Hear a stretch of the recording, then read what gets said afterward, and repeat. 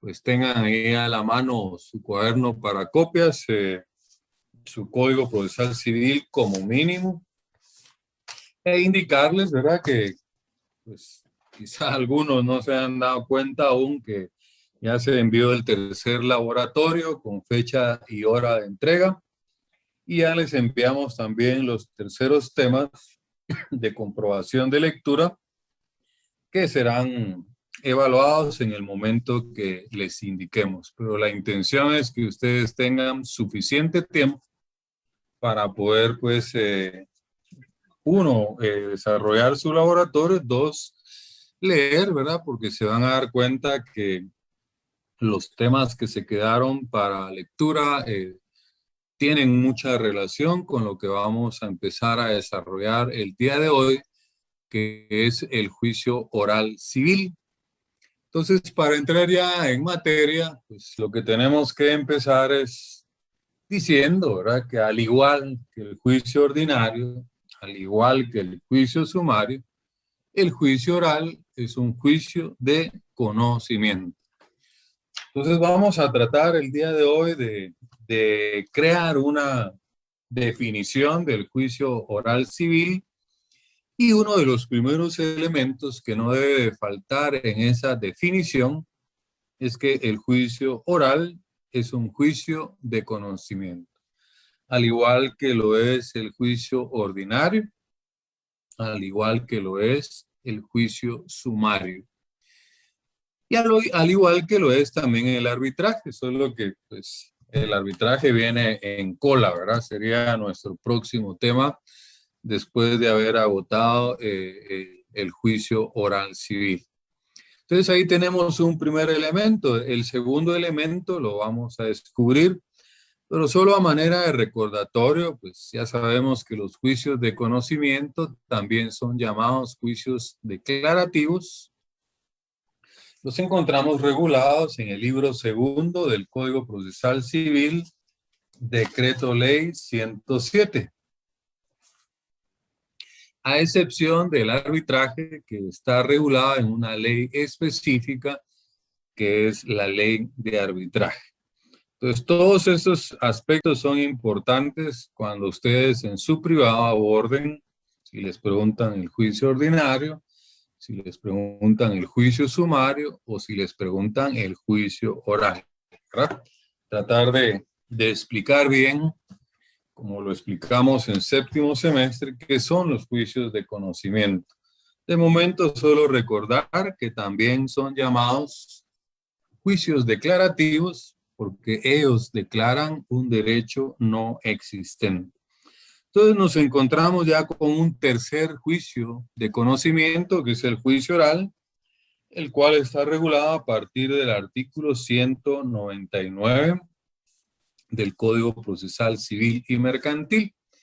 Y como me gusta llevar las clases, no es que me guste, aunque no me gustara, lo tengo que hacer porque no me puedo adelantar en una clase e ir atrasado en otro y no tocar unos temas en una y en otra sí. Entonces, para que no se me olvide, pues voy a empezar con lo que concluí en la clase anterior, que surgió a través de una duda de una compañera. Vamos a dejar en un paréntesis la definición y quisiera que nos ubicáramos todos en el artículo 200, que habla de integración del procedimiento. Hablo 200 del Código Procesal Civil y Mercantil, Decreto Ley 107. Así no se me escapa ese aspecto que a través de una pregunta se adelantó la compañera. Dice, son aplicables al juicio oral todas las disposiciones del juicio ordinario. Aquí viene lo oral, ¿verdad? En cuanto no se opongan a lo preceptado en este título. La compañera me decía que no lo entendía, ¿verdad? Por eso es que preguntó.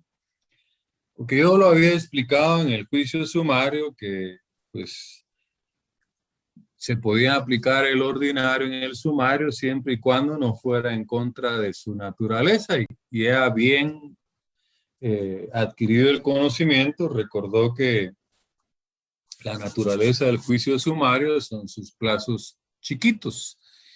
Y que pues eso es lo que el juicio ordinario tenía que respetar. Por ejemplo, ¿verdad? Si en el juicio ordinario son 15 días para dictar sentencia y en el sumario dice que es dentro de 5 días, pues no podemos aplicar esa disposición del juicio ordinario en el juicio sumario, ¿verdad? Porque debe de respetar la naturaleza jurídica del juicio sumario, que son sus plazos chiquitos. Ahora anote para que pueda entender, al igual que la compañera lo entendió, el artículo 200. Anote ahí al final de ese artículo que la naturaleza jurídica del juicio oral,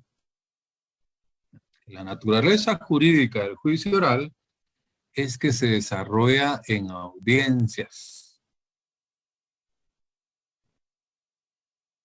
Recuérdese que el ordinario y el sumario en etapas y plazos. El juicio oral se desarrolla en audiencias. Esa fue la razón por la cual yo decidí desarrollar primero como primer tema el juicio sumario, porque ya vieron que es muy parecido al juicio ordinario, ¿verdad? La diferencia está en sus plazos y específicamente en el sumario, sus plazos chiquitos. Pues aquí la gran diferencia, ¿verdad? Igual es su naturaleza jurídica, que el juicio oral se desarrolla en audiencias. Entonces, de esa manera, empato o me emparejo con la sección D en ese tema que preguntó una compañera. Otro aspecto que necesito también explicar para empatar con la otra sección, que fue a raíz de otra pregunta de otra compañerita, decía que la vista en el juicio oral eran las audiencias. Entonces, ahí había algo mal adquirido, ¿verdad? Anote para que nos empatemos ahí, ustedes tengan claro, anote que en el juicio oral civil, ¿verdad? Estamos hablando del juicio oral civil, no hay vista. Así, ¿verdad? Claramente, no hay vista. Les voy a explicar después por qué es que no hay vista. Después, ahorita inmediatamente, solo quiero ampliar. Porque al igual les decía a ellos, que a los compañeros y compañeras de la D, que en el privado hay catedráticos que hacen preguntas capciosas. Si buscamos en el diccionario qué quiere decir capcioso, es inducir al error. Pues cuando nos hacen una pregunta capciosa, nos quieren inducir al error, y como en un privado hay nervios, ¿verdad? No es muchas veces que el estudiante no haya estudiado, lo traicionan los nervios, y eso hace que también puedan perder su privado, ¿verdad? No, yo no entiendo que alguien que estuvo 5 años en la facultad, mínimo estudió 6 meses su privado, pierda un examen privado, lo tiene que ganar. Muchas veces, pues, es resultado de esas preguntas capciosas que para mí es mala intención, y los nervios que traicionan al estudiante, ¿verdad? Creo que son factores importantes. Claro que deben de existir alumnos muy atrevidos, ¿verdad? Que sin estudiar se metieron a aventurar a su examen privado. Yo les digo, no lo hagan, ¿verdad? Es una derrota, y de esa naturaleza duele. Y hay personas que después que han perdido su examen privado, nunca se animan a volverse a meter. Entonces, ¿por qué lo de las preguntas capciosas? Porque hay profesores catedráticos que en el privado le dicen, dígame cuántos días son para la vista en el juicio oral. Y como no tienen estrategia, ¿verdad? Responden rápido, no procesan su respuesta. 15 días, pensando que son los mismos 15 días que está en el juicio ordinario. Pero a usted no le van a meter gol con ese tipo de preguntas, porque ya le aconsejé yo que lo primero que tiene que hacer cuando usted considere que la pregunta es capciosa, pídale al catedrático que se la repita. Licenciada, disculpe, ¿me podría repetir la pregunta en lo que usted vence esos nervios y maquila su respuesta, ¿verdad? Entonces, tenga usted bien claro que en el juicio oral no hay vista, lo vamos a explicar en su momento.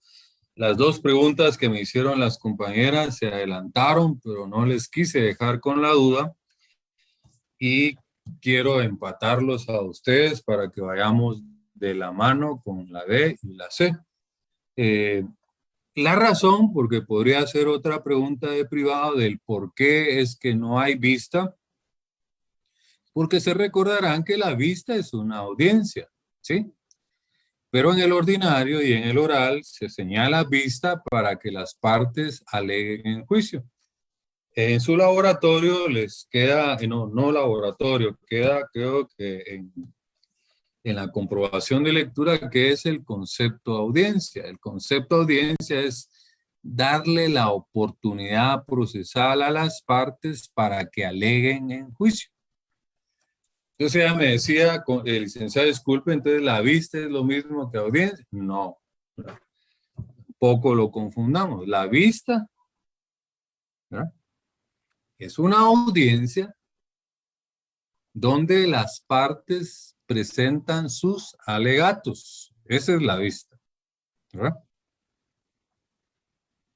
Entonces, como el juicio ordinario y el sumario se desarrolla en etapas y plazos, pues la única oportunidad procesal para alegar en juicio si la vista se pide pública, imagínense, la mayor cantidad de abogados no la piden pública, están perdiendo una gran oportunidad de decirle a los jueces, a los magistrados en forma oral, explicarles su caso, ¿verdad?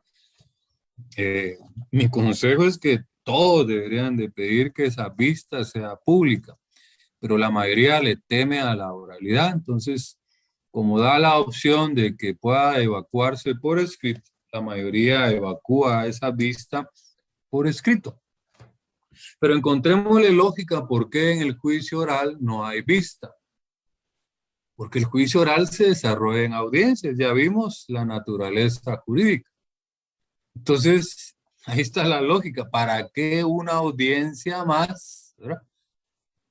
Como para señalar vistas, si ya las partes han tenido suficiente oportunidad de alegar en juicio, ¿verdad? Porque ese es el concepto de audiencia, ¿verdad?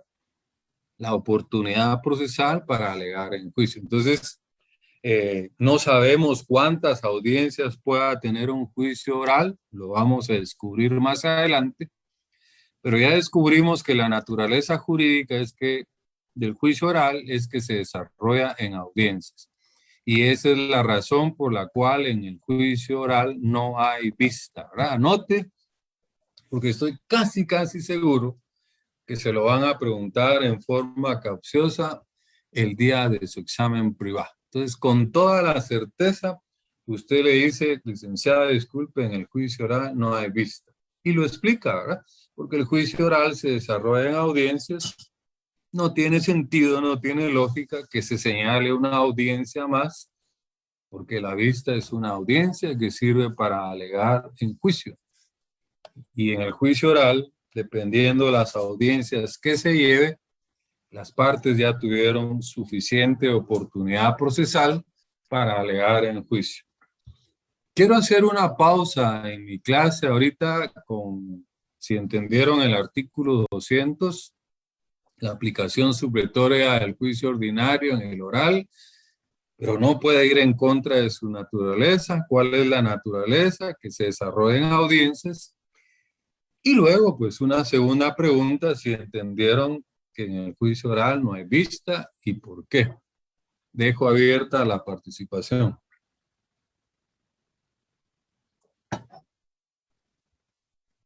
Alguien que me diga, sí, que entendimos, está claro, por favor. Sí, Lick, sí entendimos. Gracias. Excelente, ¿verdad? Y son preguntas de privado, ya que, ¿verdad? Por favor, y gracias por participar. Miren, todo lo que yo le digo aquí en clase es pregunta de examen privado. ¿verdad? Licenciado, Sí. disculpe, tengo una consulta. Ahorita entonces con esto que estamos viendo la naturaleza del juicio oral que es en audiencias, recapitulo en el tema del juicio ordinario, o sea, ahí no hay ninguna audiencia, entonces todo es por escrito, ¿verdad? Solo en la vista. Solo la vista si se pide que esa vista sea pública. Si quiere, le damos el 196, ¿verdad? Vayamos para que tengamos fundamento. Y así pues no se quedan aspectos en el aire, ¿verdad? El 196 es el que regula la vista en el juicio ordinario. Dice, concluido el término de prueba, el secretario lo hará constar sin necesidad de providencia, agregará a los autos las pruebas rendidas y dará cuenta al juez.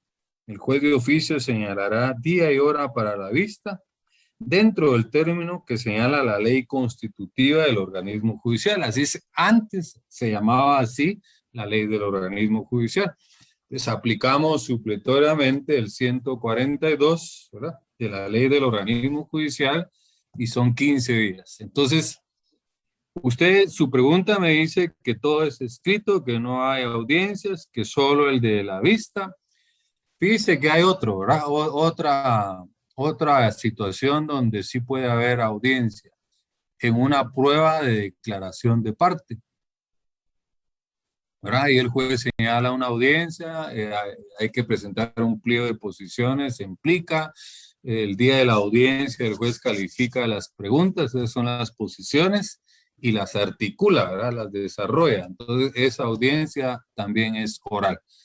Pero serían las dos únicas excepciones, ¿verdad?, que podría suceder tanto en el ordinario como en el sumario. Entonces, la declaración de parte, que está en el 130 del Código Procesal Civil, que tendría que ser una audiencia, y la vista, que está en el 196, que tendría que ser también una audiencia.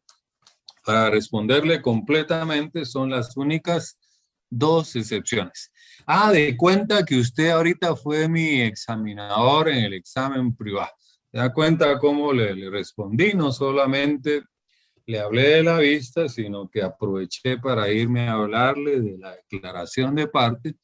Le hablé del pliego de posiciones, de las articulaciones, la aplica, etcétera, etcétera. ¿Me entendió, José Eduardo? Sí, bastante claro, licenciado, gracias. Excelente, pues. Vean la importancia, compañeros, de conectarse, de escuchar la clase. No es recibir, recuérdense que las clases virtuales no es recibir la clase por correspondencia, ¿verdad? Es estar presente precisamente por todas estas dudas que surgen y que cada cosa necesita su explicación. No sé si alguien más quería intervenir. Bueno. Sí, licenciado, buenas noches. Sí. Disculpe, que me costó un poquito conectar el micrófono. Le saluda Gabriela Sanabria, aparezco creo con el nombre de mi hijo. Yo estaba leyendo en su libro una cosa que, sí, yo estaba leyendo en su libro una cosa que me llamó la atención, que dice, el juicio oral tiene la característica de que se desarrolla en audiencias, no así en etapas y plazos. ¿Quiere decir que no tiene plazos, Lick? Sí, lo que quise decir ahí o explicar, ¿verdad?, es de que no es como el ordinario y el sumario. Que es en etapas. Lógicamente, para que el juez pudiese señalar una segunda, si es que la hay, tendrá que, pero quiero explicar ahí en el libro es que no es como se desarrolla el ordinario y el sumario en etapas y plazos, ¿verdad? Recuérdense que dije que el juicio sumario era un ordinario en chiquito, mismas etapas, lo que cambiaban eran sus plazos. Eso es lo que quise explicar ahí, ¿verdad? Por eso es de que, mire, pues, el éxito para ganar mi clase es, pues, lógicamente, recibirla, ¿verdad? Luego hacer sus laboratorios y apoyarse con la comprobación de lectura, ¿verdad? No necesariamente con mi libro, cualquier texto de Procesal Civil 2, ¿verdad? Porque la concatenación de eso es lo que hace que haya más comprensión del curso, ¿me entiendes? Sí, Lick. Y las intervenciones como la suya, esas son permitidas en mi clase. La circular lo que dice es que no está permitido que yo resuelva problemas de internet, de conexión, etcétera, ¿verdad? Y que aprovechemos la hora de clase para recibir clase y no estar planteando ese tipo de problemas, ¿verdad? Para eso hay una coordinación, una oficina de atención al estudiante, etcétera, etcétera, ¿verdad? Entonces, ¿le quedó clara la respuesta? Sí, Lick, gracias. Va, excelente, profesora. Entonces, continuemos, ¿verdad? Porque las dos preguntas de la sección anterior hicieron que variara lo que yo tengo planificado para el día de hoy, pues estamos con tiempo, ¿verdad? Retomemos la clase. Esto es porque a veces la memoria nos puede ser infiel y provocar que no vayamos de la mano con lo que expliqué en la otra sección. Entonces, no estoy variando la clase anterior, solo que expliqué primero estos dos últimos aspectos para que no se quedaran en el tintero. Ahora retomemos el tema. Les explicaba ahora que íbamos a crear la definición del juicio oral y que un elemento que no debe de faltar es que es un juicio de conocimiento, ¿verdad? Si yo le pregunto en el parcial, en el final o en el privado, deme una definición del juicio oral, ustedes la tienen que iniciar diciendo que es un juicio de conocimiento o también llamados juicios declarativos. A estas alturas, ya tenemos que saber nosotros qué es un juicio de conocimiento. Pero recuérdense que en la repetición, la necedad, la terquedad está el conocimiento. Por eso es que va otra vez, ¿verdad? Usted dirá, ay, esto es lo mismo que nos puso el licenciado en el laboratorio anterior. Aparentemente es lo mismo, pero no es lo mismo. Lo que yo quiero es refrendar algunos conceptos, algunos conocimientos, y si no repetimos, no recordamos, se olvidan, ¿verdad? Entonces son parte también de la explicación del juicio oral civil. Ahora pasemos al punto toral de esta clase, ¿verdad? Vamos a hablar, anote ahí, de los principios procesales que prevalecen o lucen más en un juicio oral civil. Repito, principios procesales que prevalecen o lucen más en un juicio oral civil, ¿verdad? Y si se dan cuenta, ya vieron los temas de la comprobación, va orientada hacia pues lo que estamos viendo ahorita, que es el juicio oral. Entonces empecemos de un principio procesal. Bueno, primero me interesa que ustedes tengan claro que los principios procesales son genéricos, ¿verdad? Que lo tengan bien claro, que algunas materias los adoptan, ¿verdad? Y he puesto de ejemplo el proceso penal y el principio de inocencia, ¿verdad? Ese es un principio general, ¿verdad? Procesal, ¿no?, del derecho, pero lo hizo propio el derecho penal, ¿verdad? El principio de inocencia. ¿Y qué es el principio de inocencia? Que pues toda persona es inocente hasta que se le demuestre lo contrario, ¿verdad? La frustración es que pues en Guatemala lamentablemente no funciona así, ¿verdad? Aquí como que todo funcionara al revés. Aquí primero se es culpable y después hay que demostrar la inocencia, ¿verdad? Eso es inconstitucional. Porque es más, el principio de inocencia también está regulado como un derecho constitucional. Pero estoy poniendo ejemplo de que los principios procesales generales del derecho son genéricos. No puede venir una materia en especial y apropiarse, ¿verdad? Otro principio que es genérico, pero lo hizo específico del proceso penal, es el indubio pro reo. El indubio pro reo es que todo donde exista duda favorece al reo. Hay un principio que también lo ha querido hacer propio o específico el proceso penal, pero no es así. Tal vez en los otros dos sí, ¿verdad? No podríamos hablar del indubio pro reo y de inocencia tal vez en un juicio laboral, en un juicio civil, un contencioso administrativo. Aunque si le buscamos interpretación, podrían por ahí encuadrar. Pero el debido proceso, el principio del debido proceso, hay penalistas que dicen que es específico del juicio penal, pero no es así. Díganme si el principio del debido proceso, que es el que dice que se deben de respetar el procedimiento y el proceso, ¿verdad? Las etapas. ¿Acaso no se tiene que respetar también en civil, en laboral, en administrativo? Entonces sirva este último para refrendar y reforzar de que los principios, escuche, generales, ¿verdad?, del derecho, ¿verdad? La misma definición, el nombre lo dice, los principios generales del derecho. Son genéricos, valga la redundancia, ¿verdad? Lo que ha sucedido es que algunas materias han adoptado estos principios generales y los han convertido en específicos, tal como lo expliqué con el de inocencia y el indubio pro reo.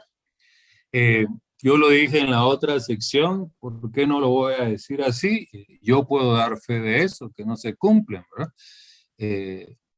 Los que saben que yo he tenido, estoy aún en un proceso legal, pues he sido víctima de eso. Muchas cosas, para que queden claras, solo están en la teoría. Ya en la práctica, lamentablemente, funciona de otra manera, pero no es que la ley esté mal, ¿verdad? Las leyes son buenas, las normas están bien, la Constitución está bien, son las personas, ¿verdad?, las que aplican justicia, algunas, ¿verdad?, no todas, las que ya en la práctica no le dan la aplicación correcta, ¿verdad? Entonces, incluso se recordarán esas famosas conferencias de prensa que daba el MP y la CICIG, que son inconstitucionales, y no lo digo yo, lo dice el artículo 13 de la Constitución, que dice que nadie puede ser presentado ante los medios de comunicación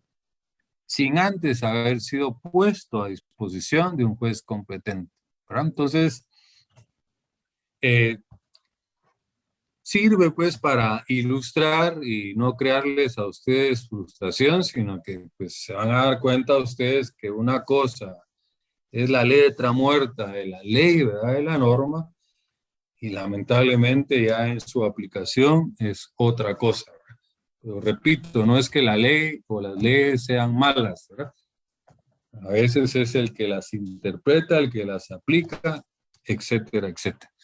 Pero lo que me interesa aquí dejar claro es que los principios generales del derecho, ¿verdad?, son genéricos, valga la redundancia, aplicables a todo proceso, ¿verdad? Anote, lo que ha sucedido es que algunas ramas, algunas disciplinas han adoptado estos principios generales y los han convertido en específicos, ¿verdad? Así es como se debe de abordar el tema, y ya me fui al proceso penal para ponerles dos ejemplos de específicos y uno que, aunque lo quieran hacer específico, es genérico, que es el debido proceso. Entonces, ya explicando que los principios generales del proceso, ¿verdad?, son genéricos, aplicables a todo proceso, vamos a desarrollar los que prevalecen o lucen más en un juicio oral civil, ¿verdad? Y la lógica nos lleva al que tenemos que abordar, no porque tengan un orden, ¿verdad?, sino porque le vamos a dar un orden lógico, por el tema es el principio de oralidad. Si vamos a hablar del juicio oral civil, pues, lo lógico es que primero entendamos en qué consiste el principio de oralidad y cómo es que funciona en el juicio oral. Simplemente el principio de oralidad es que prevalece la mayor cantidad de etapas procesales en forma oral que en forma escrita. Repito, ¿verdad? Principio de oralidad procesal es simplemente que prevalecen la mayor cantidad de etapas procesales en forma oral que en forma escrita. Pues escuche, ¿verdad? Voy a hacer un paréntesis, porque recuerdo que en una oportunidad le pregunté a un compañero en el privado, compañero, dígame cuántos principios procesales hay. Primero me dijo, no sé si 5 o 6, ¿verdad? ¿Seguro? Le dije. No, 10, seguro, le volví a insistir. 15, seguro. Lo que pasa es que yo solo me dio tiempo de estudiar 15. Bueno, en primer lugar, pues no me pudo desarrollar ni 5 principios, no los pudo desarrollar, ¿verdad? Pero a lo que quiero llegar es de que anote ahí los principios generales o procesales del derecho, ¿verdad? Son infinitos.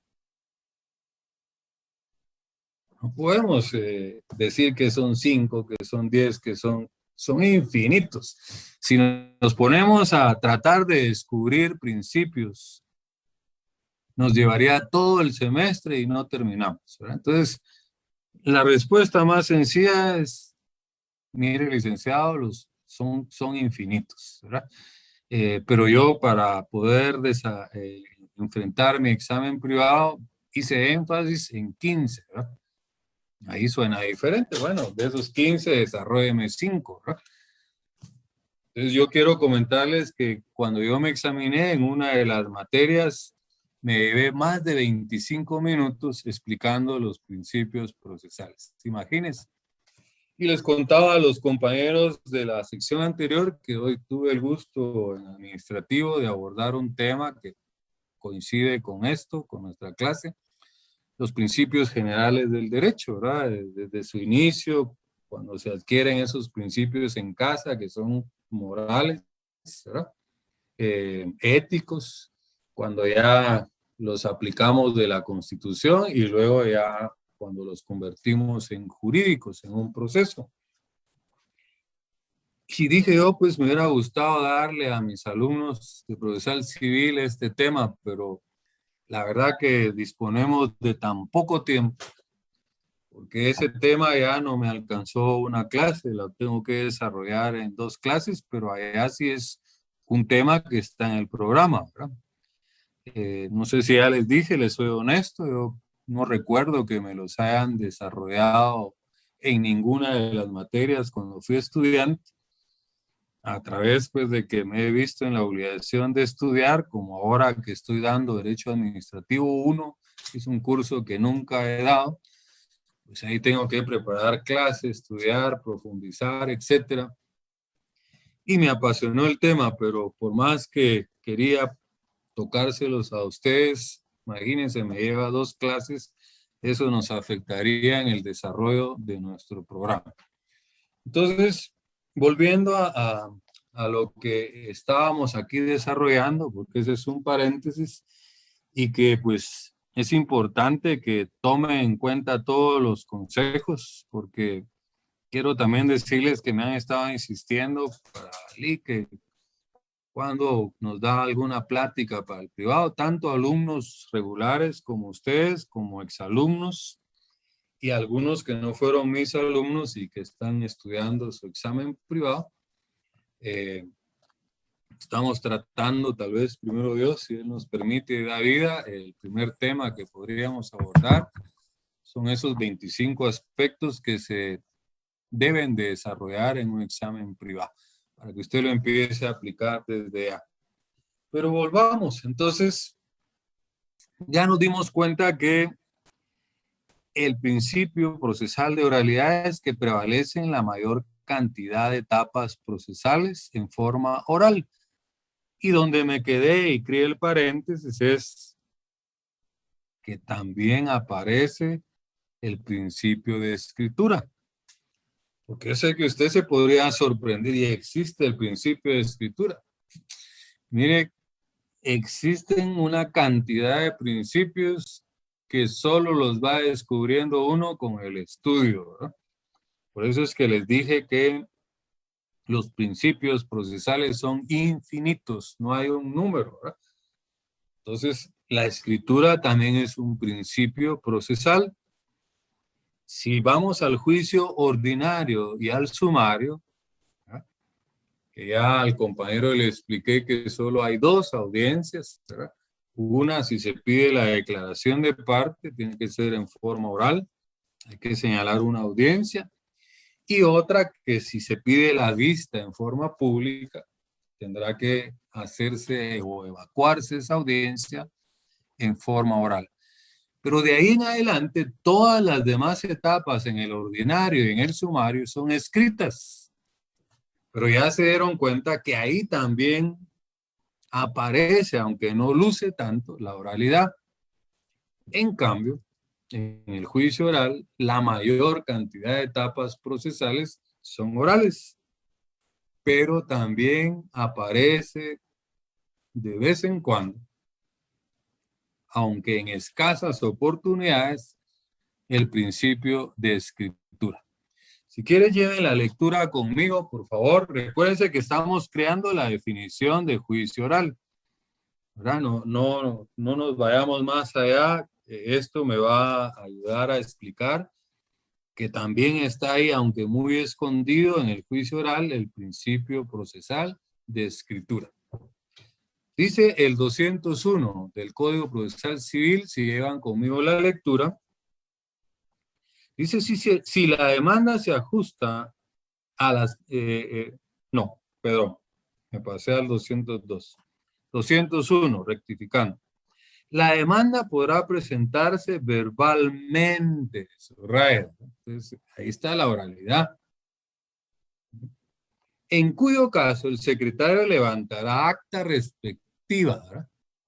Eso no es oral, ahí aparece la escritura, ¿verdad? Porque el acta tiene que ser por escrito, ¿verdad? Entonces, muy escondido nos asoma a la cabeza el principio de escritura. Pero escuche, podrá también presentarse por escrito. Entonces, por eso es que el tema del día de hoy es principios procesales que lucen más o prevalecen en el juicio oral, ¿verdad? Porque ya entendimos que los principios generales del derecho y procesales son genéricos y además también ya aprendimos que son infinitos, ¿verdad? Les dejé la comprobación de lectura porque no puedo yo dedicarle tanto tiempo a explicar los principios procesales que lucen más en un juicio oral, ¿verdad? Pero sí es mi obligación hacerle énfasis sobre lo que he estado abordando, ¿verdad? Principio de oralidad, que luce más en el juicio oral, porque la mayor cantidad de sus etapas procesales son en forma oral. Pero ya nos dimos cuenta que también está ahí el principio de escritura. Entonces pregunto, ¿se entiende esto? ¿No los lleva a confusión?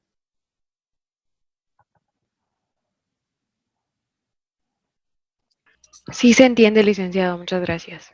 Excelente, pues. Entonces, lo otro que para concluir el 201 y matarlo de una vez, dice en ambos casos deberá observarse lo prescrito en los artículos 106 y 107 de este código. Mentira, ¿verdad? Nosotros ya sabemos que la demanda es un primer escrito. Por lo tanto, debe de llenar los requisitos del 50, 61, 63, 79, 106, 107, ¿verdad?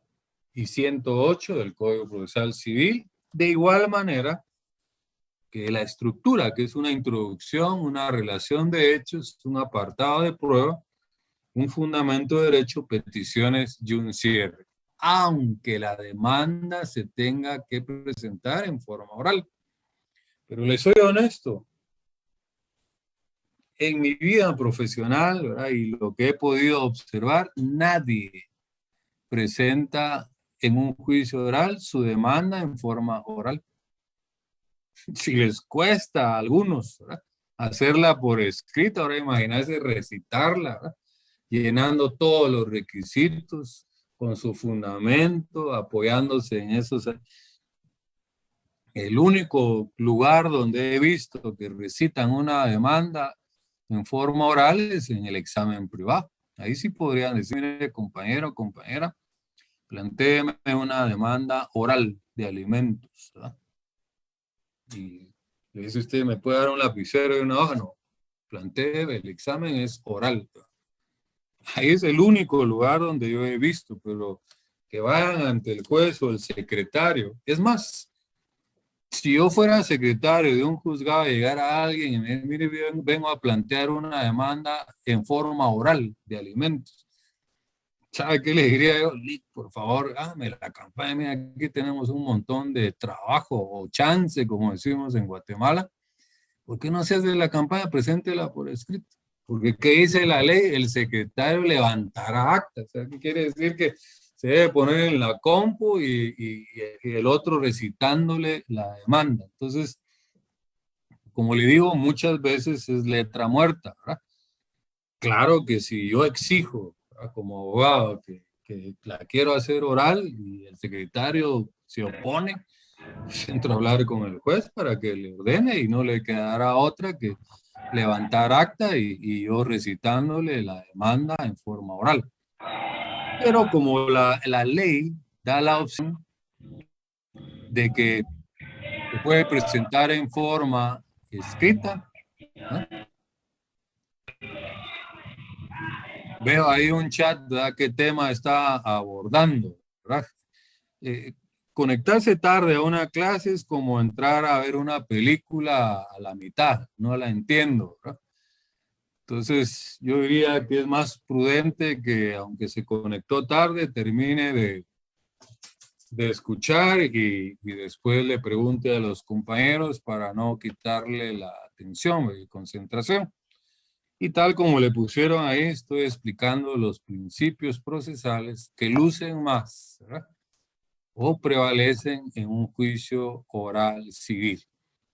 Entonces, les digo que, pues, aunque la ley permita o diga que se debe presentar en forma verbal, la costumbre, ¿verdad?, es que las demandas, aún en un juicio oral, se presentan por escrito, ¿verdad?, y que deben de llenar los requisitos de todo primer escrito, ¿verdad?, los que ya dijimos, 50, 61, 63, 79, 106, 107 y 108. ¿verdad? No como lo dice el artículo, que solo menciona el 106 y 107. La justificación es de que aquí el legislador presume que nosotros ya manejamos el juicio ordinario y que allá tuvimos que aprender, ¿verdad?, los requisitos de un primer escrito de una demanda. Por eso es que en el sumario, por eso es que en el oral ya no nos pone todos esos artículos. Pero yo sí se los pongo en el laboratorio, ¿verdad? Porque necesito que ustedes tengan claro eso, lo repitan, insistir en eso, porque yo no los preparo para un parcial, para un final, sino que para su examen privado, ni para el privado, para la vida, para que sean abogados de éxito. Entonces espero que esos dos principios, el que prevalece más, que es el de oralidad, y uno que prevalece menos, que es el de escritura, quede claro, ¿verdad? Y que sirva de ejemplo cómo estoy abordando yo el tema, que parece sencillo, trivial, pero pues usted también debe de ejercitarse para su examen privado, ¿verdad? Llevo ya casi la hora de la clase con este tema y solo he explicado el principio de oralidad y el principio de escritura. Uno que prevalece más y luce más, como es el oral, y otro que apenas, ¿verdad?, se asoma en el juicio oral, que es el de la escritura. Entonces voy a pasar a otro principio que es fundamental y va de la mano con la oralidad. Anote, es el principio de concentración procesal. Principio de concentración procesal. Bueno, con este no me voy a tardar como me tardé tanto en lo anterior, ¿verdad? Sino que tengo que avanzar. Con ahí simplemente el principio de concentración procesal es reunir la mayor cantidad de etapas procesales en una sola. Repito, reunir la mayor cantidad de etapas procesales en una sola. Subraye donde dice la mayor cantidad, porque no estoy diciendo todas las etapas. Acuérdense que una palabrita y cambió todo, ¿verdad? Si fueran todas las etapas, entiéndame, el juicio oral se tendría que realizar en una sola audiencia. Por eso es que la definición es reunir la mayor cantidad de etapas procesales en una sola. ¿No? Ya dije, si fueran todas las etapas procesales en una sola, no podría haber más de una audiencia en el juicio oral y más adelante nos vamos a dar cuenta cuántas audiencias pueden haber en un juicio oral civil. Entonces, pregunto, ¿se entiende el principio de concentración procesal? Sí, licenciado, todo claro. Está claro que es la mayor cantidad de etapas, ¿verdad? No todas las etapas. La lógica nos lleva a concluir que si la definición de este principio fuera todas las etapas procesales, eso obligaría a que el juicio oral se tuviese que desarrollar en una sola audiencia. Más adelante vamos a ver cuántas audiencias podría tener un juicio oral, ¿verdad? Porque no podemos decir una, dos o tres, depende cómo es que se presente el caso específico, ¿verdad? Pero sí vamos a ver en clase de cuántas no podría pasar, ¿verdad? Todo eso lo voy a explicar yo acá en clase, siempre apoyándonos pues con lecturas y código, ¿verdad? Entonces, llevamos ahorita dos principios procesales que lucen más, ¿verdad?, o prevalecen en el juicio oral: la oralidad y la concentración procesal. Des en cuenta que yo le estoy dando un orden lógico. Tienen mucha relación, ¿verdad? Como el juicio oral se desarrolla en audiencias, ¿verdad?, entonces eso también me obliga a hablar del principio procesal de audiencia, que como lo van a ver en sus temas, yo los pongo ahí a que busquen el concepto audiencia. Y el concepto audiencia es darle la oportunidad procesal a las partes para que aleguen en juicio, ¿verdad? Ese es el concepto audiencia. Pero también, sorpresivamente, como les digo, es un principio procesal, ¿verdad? El principio procesal de audiencia, ¿verdad? Ese luce más en un juicio oral, ¿verdad? Porque si hablamos de la oralidad, tiene que haber una audiencia. Si hablamos de la concentración procesal, tiene que haber una audiencia. Entonces, les estoy dando un orden lógico y nos estamos dando cuenta no solo qué son estos principios, sino como ya dándole una inducción, ¿verdad?, de cómo es que van a ir funcionando en el juicio oral. Me aseguro que con tan solo esta clase ya vamos entendiendo el juicio oral. Y hoy en día me darán la razón del por qué lo dejé como un segundo tema y no como un primer tema, ¿verdad? Aunque quiero decirles, y eso no lo dije en la sección anterior, es que lamentablemente no sabemos seguir instrucciones, ¿verdad? Las instrucciones del examen parcial incluso se las mandamos con anticipación para que el día del examen no les afectara, les hiciera perder tiempo, sino que ya supieran ustedes cuáles eran las instrucciones, aunque en el examen también estaban, ¿verdad? Pero el abogado tiene que saber seguir instrucciones. El abogado tiene que saber llenar formularios. De lo contrario, no es abogado, pues. Recuerde que además también somos notarios, ¿verdad? Y además tenemos que actuar también dentro de lo mercantil. Y se van a dar cuenta ustedes que en derecho mercantil es donde más hay que llenar formularios. Entonces, yo sí les pido de favor que lean y sigan al pie de la letra las instrucciones, ¿no? Para que también no afecte, ya que la coordinación del semestre casi nos obliga a que usemos las plataformas que están virtuales para los exámenes parciales y finales, ¿verdad? Esa es la razón por la cual no lo hice de la misma manera como lo hice en séptimo semestre. Además, ahora en cada semestre, en cada sección de ustedes hay más de 400 alumnos. Y si sumo las dos de derecho administrativo, olvídese calificar en forma física todos esos exámenes, ¿verdad? Entonces, hice un híbrido, ¿verdad? El parcial con las plataformas estas que el sistema califique y pues me quedo con tabular laboratorios, comprobaciones de lectura y la suma de estos tres aspectos es lo que va a determinar su nota del primer parcial y también su nota del segundo parcial. Pero por favor, ¿verdad? Aprendan a seguir instrucciones para que no les afecte ni en su estudio ni en el ejercicio profesional. Quedan en el tintero para la próxima clase dos principios que igual ya no me doy tiempo a abordar en la otra sección y para que vayamos de la mano es el principio de celeridad procesal y el principio de economía procesal.